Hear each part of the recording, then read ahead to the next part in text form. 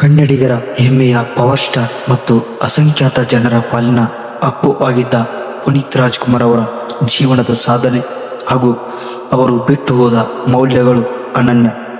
ವೀಕ್ಷಕರೇ, ಇವತ್ತು ಅಪ್ಪು ಅವರ ಸಾರ್ಥಕ ಬದುಕಿನ ಕಥೆಯನ್ನು ಹೇಳ್ತಾ ಹೋಗ್ತೇನೆ.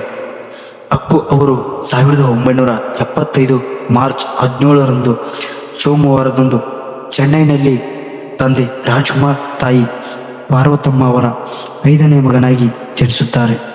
ಇವರಿಗೆ ಲೋಹಿತ್ ಎಂದು ಹೆಸರಿಡುತ್ತಾರೆ. ಹುಟ್ಟಿದ 6 ತಿಂಗಳಲ್ಲಿ ಪ್ರೇಮದ ಕಾಣಿಕೆ ಮೂಲಕ ತೆರೆಗೆ ಬಂದ ಅದೃಷ್ಟವಂತ ನಮ್ಮ ಅಪ್ಪು.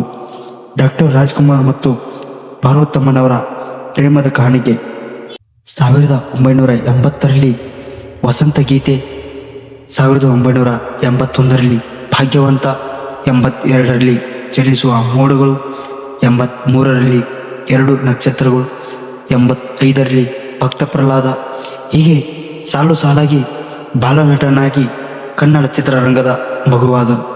ಇವರು ಬೆಟ್ಟದ ಹೂ ಚಲನಚಿತ್ರಕ್ಕೆ ರಾಷ್ಟ್ರ ಪ್ರಶಸ್ತಿಯನ್ನು ಪಡೆದರು. ಅಷ್ಟೇ ಅಲ್ಲದೆ 2 ನಕ್ಷತ್ರಗಳು, ಚಲಿಸುವ ಮೋಡಗಳು ಚಿತ್ರಕ್ಕೆ ಶ್ರೇಷ್ಠ ಬಾಲ ಕಲಾವಿದನಾಗಿ ರಾಜ್ಯ ಪ್ರಶಸ್ತಿಯನ್ನು ಪಡೆದರು. ಡಾಕ್ಟರ್ ರಾಜ್ಕುಮಾರ್ ಎನ್ನುವ ಮಹಾನ್ ಕಲಾವಿದರ ಎದುರು ನಟಿಸಿ ಸೈ ಎನಿಸಿಕೊಂಡಿರುವ ಅಪ್ಪು ಅವರು ಕನ್ನಡಿಗರ ಮನೆ ಮಾತಾಗಿರುವ ಅಂದಿನ ಮಾಸ್ಟರ್ ಲೋಹಿತ್, ನಂತರ ಪವರ್ ಸ್ಟಾರ್ ಪುನೀತ್. ಬಾಲ ಕಲಾವಿದನಾಗಿ ಪ್ರೇಕ್ಷಕರ ಹುಬ್ಬೇರುವಂತೆ ನಟಿಸಿದ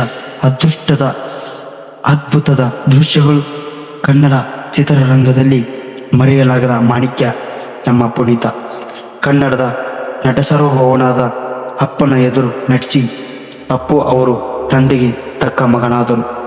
ಚಿಕ್ಕ ವಯಸ್ಸಿನಲ್ಲಿಯೇ ನಟನೆ ಮಾತ್ರವಲ್ಲದೆ ಗಾಯನದಲ್ಲೂ ಮನೆ ಮಾತಾಗಿರುವ ಜನರ ಮನಸ್ಸನ್ನು ಸೆಳೆದ ನಮ್ಮ ಅಪ್ಪು ಬೆಳೆಯುವ ಸಿರಿ ಮೊಳಕೆಯಲ್ಲಿ ಎಂಬ ಪದಕ್ಕೆ ಉದಾಹರಣೆಯಾದರು. ಮಗ ದೊಡ್ಡ ಕಲಾವಿದನಾಗುತ್ತಾನೆಂದು ಅಪ್ಪ ಅಮ್ಮನಿಗೆ ಆಗಲೇ ಭರವಸೆ ಇತ್ತು. ಮುಂದೆ ಶಿಕ್ಷಣಕ್ಕೆ ಒತ್ತು ಕೊಟ್ಟು ಡಿಪ್ಲೊಮಾ ಇನ್ ಸೈನ್ಸ್ ಪದವಿ ಪಡೆದು 1999ರಂದು ಡಿಸೆಂಬರ್ 1ರಂದು ಚಿಕ್ಕಮಗಳೂರಿನ ಅಶ್ವಿನಿ ರೇವಂತ್ ರವರನ್ನು ಮದುವೆಯಾದರು. ಮುಂದೆ 2 ಮುದ್ದಾದ ಮಕ್ಕಳಿಗೆ ಜನ್ಮ ನೀಡಿದರು. ಮುಂದೆ ಬಾಲನಟನಿಂದ ನಾಯಕ ನಟನಾಗಲು ಅಪ್ಪು ಅವರು ಕಲಿತ ಪಾಠ ಅಷ್ಟಿಷ್ಟಲ್ಲ.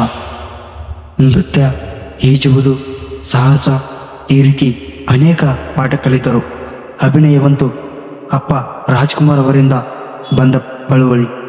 2002ರಲ್ಲಿ ಮತ್ತೆ ನಾಯಕ ನಟನಾಗಿ ಚಿತ್ರರಂಗಕ್ಕೆ ಪಾದಾರ್ಪಣೆ ಮಾಡಿದ ಇವರು 2021ರ ತನಕ 27 ಚಿತ್ರಗಳನ್ನು ಮಾಡಿ 6 ರಾಜ್ಯ ಪ್ರಶಸ್ತಿ, 5 ಫಿಲ್ಮ್ ಫೇರ್ ಪ್ರಶಸ್ತಿ, 4 ಸೈಮಾ ಪ್ರಶಸ್ತಿಗಳನ್ನು ಪಡೆದರು. ಅಷ್ಟೇ ಅಲ್ಲದೆ ನಾಡಿನ ಸಂಘ ಸಂಸ್ಥೆಗಳು ಅವರನ್ನು ಗೌರವಿಸಿ ಅಭಿನಂದಿಸಿ ಸನ್ಮಾನಿಸಿವೆ. ಇವರು ಮಾಡಿರುವ ಚಿತ್ರಗಳು ಅಪ್ಪು, ಅಭಿ, ವೀರ ಕನ್ನಡಿಗ, ಮೌರ್ಯ, ಆಕಾಶ್, ನಮ್ಮ ಬಸವ, ಅಜಯ್, ಅರಸು, ಮಿಲನ, ಬಿಂದಾಸ್, ವಂಶಿ, ರಾಜ್, ಪೃಥ್ವಿ, ರಾಮ್, ಜಾತಿ, ಹುಡುಗರು, ಪರಮಾತ್ಮ, ಅಣ್ಣಾಬಾಣ್, ಯಾರೇ ಕೂಗಾಡಲಿ, ನಿನ್ನೆ ಹಿಂದಲೇ, ಮೈತ್ರಿ, ಪವರ್ ಸ್ಟಾರ್, ರಣವಿಕ್ರಮ, ಚಕ್ರವ್ಯೂಹ, ದೊಡ್ಡಮನೆ ಹುಡುಗ, ರಾಜ್ಕುಮಾರ್, ಅಂಜನಿ ಪುತ್ರ, ನಟ ಸಾರ್ವಭೌಮ, ಯುವರತ್ನ. ಕೊನೆಯದಾಗಿ ಮಾಡಿದ ಚಿತ್ರ ಜೇಮ್ಸ್. ಯಶಸ್ವಿ ಚಿತ್ರಗಳಲ್ಲಿ ಅಭಿನಯಿಸಿದ ನಮ್ಮೆಲ್ಲರ ಪ್ರೀತಿಯ ಪವರ್ ಸ್ಟಾರ್ ಪುನೀತ್ ರಾಜ್ಕುಮಾರ್. ದಿಢೀರನೆ ನಮ್ಮನ್ನೆಲ್ಲ ಆಗಲಿ ಅವರ ಕುಟುಂಬಕ್ಕೆ, ಕೋಟ್ಯಾಂತರ ಅಭಿಮಾನಿಗಳಿಗೆ, ಕನ್ನಡ ಚಿತ್ರರಂಗಕ್ಕೆ ಮತ್ತು ಇಡೀ ಕರ್ನಾಟಕಕ್ಕೆ ದೊಡ್ಡ ಆಘಾತ ತಂದರು. ಅವರು ಮಾಡಿರುವ ಅಭಿನಯವನ್ನು ಯಾರೂ ಮರೆಯುವಂತಿಲ್ಲ.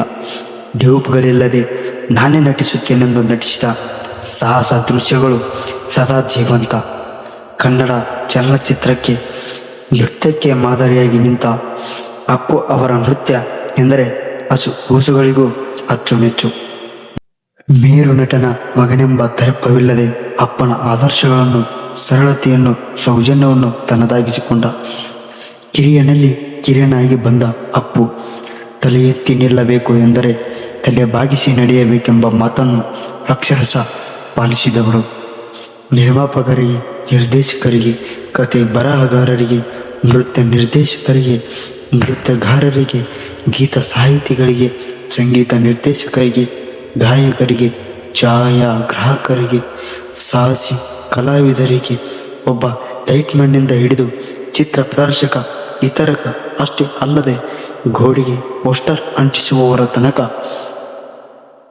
ಎಲ್ಲರೊಂದಿಗೂ ನಗುತ್ತಾ ಆತ್ಮೀಯವಾಗಿ ಸೌಜನ್ಯದಿಂದ ವರ್ತಿಸುತ್ತಿದ್ದ ಅಪ್ಪುಗೆ ಪ್ರೀತಿಯ ಅಪ್ಪು ಎಂದೆಂದಿಗೂ ಅಜರಾಮರ.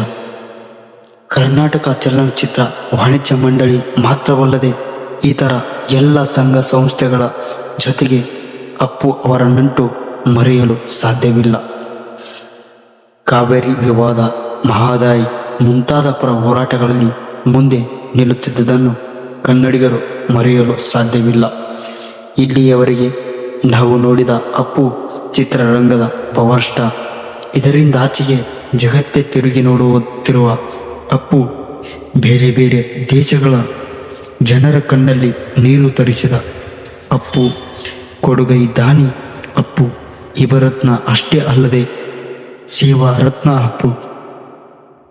ಸದ್ದಿಲ್ಲದೆ ಸಾವಿರಾರು ಬದುಕಿಗೆ ಬೆಳಕಾದ ಅಪ್ಪು, ಸಾವಿನಲ್ಲೂ ಸಾರ್ಥಕತೆ ಮೆರೆದ, ನೇತ್ರದಾನ ಮಾಡಿದ ಅಪ್ಪು, ಒಂದು ದೊಡ್ಡ ಸಂಸ್ಥೆ ಮಾಡಬೇಕಾದ ಕೆಲಸವನ್ನು ಒಬ್ಬ ವ್ಯಕ್ತಿಯಾಗಿ ಸಾಧಿಸಿದ ಅಪ್ಪು, ಎರಡ ಸಮಾಜಮುಖಿಯಾಗಿ ಹಣ ಪಡೆಯದೆ ಕರ್ನಾಟಕ ಸರ್ಕಾರದ ಹಾಲು ಒಕ್ಕೂಟದ ನಂದಿನಿ ಹಾಲಿನ ಉತ್ಪನ್ನಗಳ ರಾಯಭಾರಿಯಾಗಿದ್ದರು. ಇಂಡಿಯನ್ ಪ್ರೀಮಿಯರ್ ಲೀಗ್ RCBಗೆ ರಾಯಭಾರಿಯಾಗಿದ್ದರು. BMTC ಹಾಗೂ ರಾಜ್ಯ ಚುನಾವಣೆ ಕಮಿಷನ್ಗೂ ಸಹ ರಾಯಭಾರಿಯಾಗಿ ಜನಪರ ಕಾಳಜಿಯನ್ನು ತೋರಿದ್ದಾರೆ. ಬಡ ಮಕ್ಕಳಿಗೆ ಶಿಕ್ಷಣ ನೀಡಲು ಡಾಕ್ಟರ್ ರಾಜ್ಕುಮಾರ್ ಅವರ ಹೆಸರಿನಲ್ಲಿ IAS IPS ಶಾಲೆ ಸಹ ತೆರೆದಿದ್ದರು. PRK ಎಂಬ ಸಂಸ್ಥೆ ಅಡಿ ಹೊಸ ಬಗೆಯ ಚಿತ್ರಗಳನ್ನು ಸಹ ತಯಾರಿಸುತ್ತಿದ್ದರು. ಹೊಸಬರಿಗೆ ಅವಕಾಶಗಳನ್ನು ನೀಡುತ್ತಿದ್ದರು. PRK ಆಡಿಯೋ ಸಂಸ್ಥೆಯನ್ನು ಸಹ ನಿರ್ಮಿಸಿ ಆಡಿಯೋ ಹಕ್ಕುಗಳನ್ನು ಸಹ ಪಡೆಯುತ್ತಿದ್ದರು. ಕಿರುತೆರೆಯಲ್ಲಿ ಕನ್ನಡದ ಕೋಟ್ಯಾಧಿಪತಿ ಮಾತ್ರವಲ್ಲದೆ ಧಾರಾವಾಹಿಗಳನ್ನು ನಿರ್ಮಿಸುತ್ತಿದ್ದರು. ಕನ್ನಡಕ್ಕೆ ಹೊಸ ತಂತ್ರಜ್ಞಾನ ಪರಿಚಯಿಸಬೇಕೆಂಬ ಹಂಬಲದಿಂದ ಪ್ರೀತಿಯ ಹಂಬಲವನ್ನು ಹೊಂದಿದ್ದ ಪ್ರೀತಿಯ ಅಪ್ಪು ಎಲ್ಲವನ್ನು ಅರ್ಧದಲ್ಲೇ ಬಿಟ್ಟು ಹೋದದ್ದನ್ನು ನಮ್ಮೆಲ್ಲರಿಗೂ ತುಂಬಲಾರದ ನಷ್ಟ. ಕನ್ನಡದ ಕೋಟ್ಯಾಧಿಪತಿ ಕಾರ್ಯಕ್ರಮದ ಸಂಭಾವನೆಯನ್ನು ಪರೋಪಕಾರಕ್ಕೆ ನೀಡಿದ 6 ಕೋಟಿ ಕನ್ನಡಿಗರ ಹೃದಯದ ಯುವರತ್ನ. ಅನೇಕ ಚಿತ್ರಗಳನ್ನು, ಅನೇಕ ಗೀತೆಗಳನ್ನು ಹಾಡಿ ಹಣವನ್ನು ಆಶ್ರಮಗಳಿಗೆ ನೀಡುತ್ತಿದ್ದರು. ಸಾವಿರಾರು ಜನರ ವಿದ್ಯಾರ್ಜನೆಗೆ, ಮಕ್ಕಳ ವಿದ್ಯಾಭ್ಯಾಸಕ್ಕೆ, ಗೋ ಶಾಲೆಗಳಿಗೆ, ವೃದ್ಧಾಶ್ರಮಗಳಿಗೆ, ತಮ್ಮದೇ ಕುಟುಂಬದ ಶಕ್ತಿಧಾಮ ಆಶ್ರಮಕ್ಕೆ ತಮ್ಮ ಸಂಭಾವನೆಯ ಬಹುಪಾಲು ಹಣವನ್ನು ನೀಡುತ್ತಿದ್ದರು.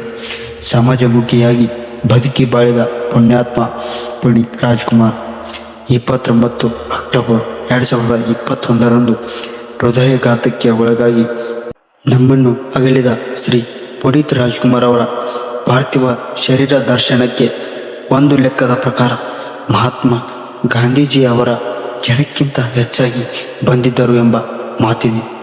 ಪುನೀತ್ ರಾಜ್ಕುಮಾರ್ ಅವರ ಕೀರ್ತಿ ಬಹಳ ಅಂದರೆ ಬಹಳ ದೊಡ್ಡದು.